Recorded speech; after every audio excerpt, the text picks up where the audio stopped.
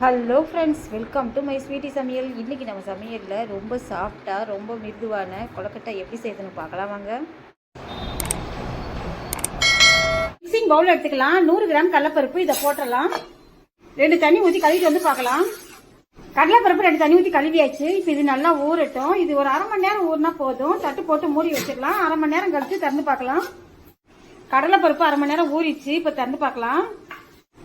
ஒரு குக்கர் அடுப்புல வச்சு நம்ம ஊற வச்ச கடலை பருப்பை இதுல ஊத்திடலாம் தண்ணியோடைய. இப்போ குக்கர் மூடி போடலாம்.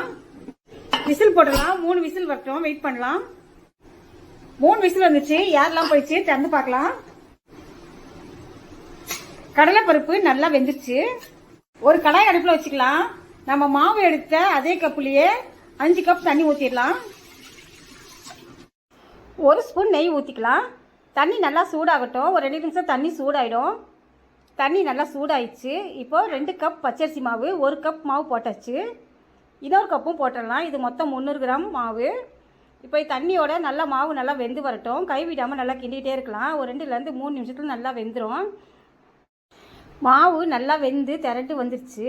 இது சரியான பக்குவம். இது நல்லா ஆறட்டும். ஒரு பாத்திரம் அடுப்பில் வச்சு 2 ஸ்பூன் தண்ணி ஊற்றிடலாம். தண்ணி சூடாயிடுச்சு. நம்ம 300 கிராம் வெல்லம் பொடிச்சு வச்சுருக்கிறேன், அதை போட்டுடலாம். வெல்லம் நல்லா கரையட்டும். மாவு நல்லா ஆறிடுச்சு. இப்போ ஒரு முறை நல்லா கை வச்சு பிசைஞ்சிக்கலாம். வெல்லம் நல்லா கரைஞ்சாச்சு. இப்போ இதை ஒரு ஜல்லடை வச்சு ஃபில்டர் பண்ணிக்கலாம். போய் நம்ம இந்த வெல்லத்தை இதில் ஊற்றிடலாம். ஒரு கடாய் அடுப்பில் வச்சு நம்ம ஃபில்டர் பண்ண வெல்லத்தை பாதி ஊற்றிடலாம். பாதி கடலைப்பருப்பு பூர்ணத்துக்கும் பாதி தேங்காய் பூர்ணத்துக்கும் வச்சுக்கலாம். நாம் வேக வச்சு எடுத்து வச்சுக்கிற கடலைப்பருப்பையும் இந்த வெல்லத்தை கூட சேர்த்துடலாம். இப்போ இது எல்லாம் நல்லா ஒன்றா மிக்ஸ் பண்ணிக்கலாம். நல்லா அழுத்தம் கொடுத்து நல்லா கிண்டிட்டுக்கோங்க. ஸ்டவ் சிம்மில் வச்சுக்கோங்க. கை விடாமல் கிண்டிகிட்டே இருக்கலாம். இது ஒரு 5லேருந்து ஒரு 6 நிமிஷத்தில் இது ரெடி ஆகிடும். இப்போ பாருங்கள், ஓரளவு நல்லா திக்காயிடுச்சு.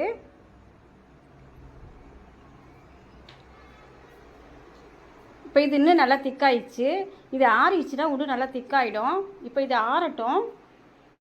நம்ம கொஞ்சம் வெல்லம் எடுத்து வச்சுருக்குறோம். அந்த வெல்லத்தில் திருகி வச்ச தேங்காவை அதில் போட்டுடலாம். வெல்லம் திக்காக இருக்கிறதுனால இது ரெண்டையும் நல்லா ஒன்று மிக்ஸ் பண்ணால் நம்ம கரெக்டாக இருக்கும். இப்போது தேங்காய் பூர்ணம் ரெடி ஆயிடுச்சு. கடலைப்பருப்பு பூர்ணமும் ரெடியாக இருக்குது. மாவு நல்லா பிசைஞ்சு சாஃப்டாக இருக்குது. இதில் சின்ன உருண்டை ஒன்று எடுத்துக்கலாம்.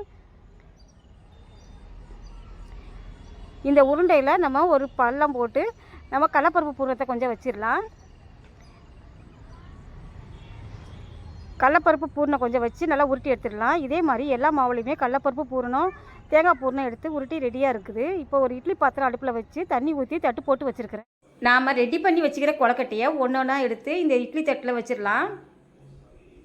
எல்லா கொழுக்கட்டையும் வச்சாச்சு. இப்போ மூடி போட்டுடலாம். இது ஒரு 7லேருந்து ஒரு 8 நிமிஷம் வேகட்டும். 8 நிமிஷம் ஆயிடுச்சு. இப்போ திறந்து பார்க்கலாம். கொழுக்கட்டை ரெடி ஆயிடுச்சு. இந்த மாதிரி நீங்களும் செஞ்சு பாருங்கள். இந்த வீடியோ பிடிச்சிருந்தா உங்கள் ஃப்ரெண்ட்ஸ் ரிலேட்டிவ் எல்லாத்துக்கும் ஷேர் பண்ணுங்கள், லைக் பண்ணுங்கள். இன்னொரு நல்ல வீடியோவில் சந்திக்கலாம். பாய்.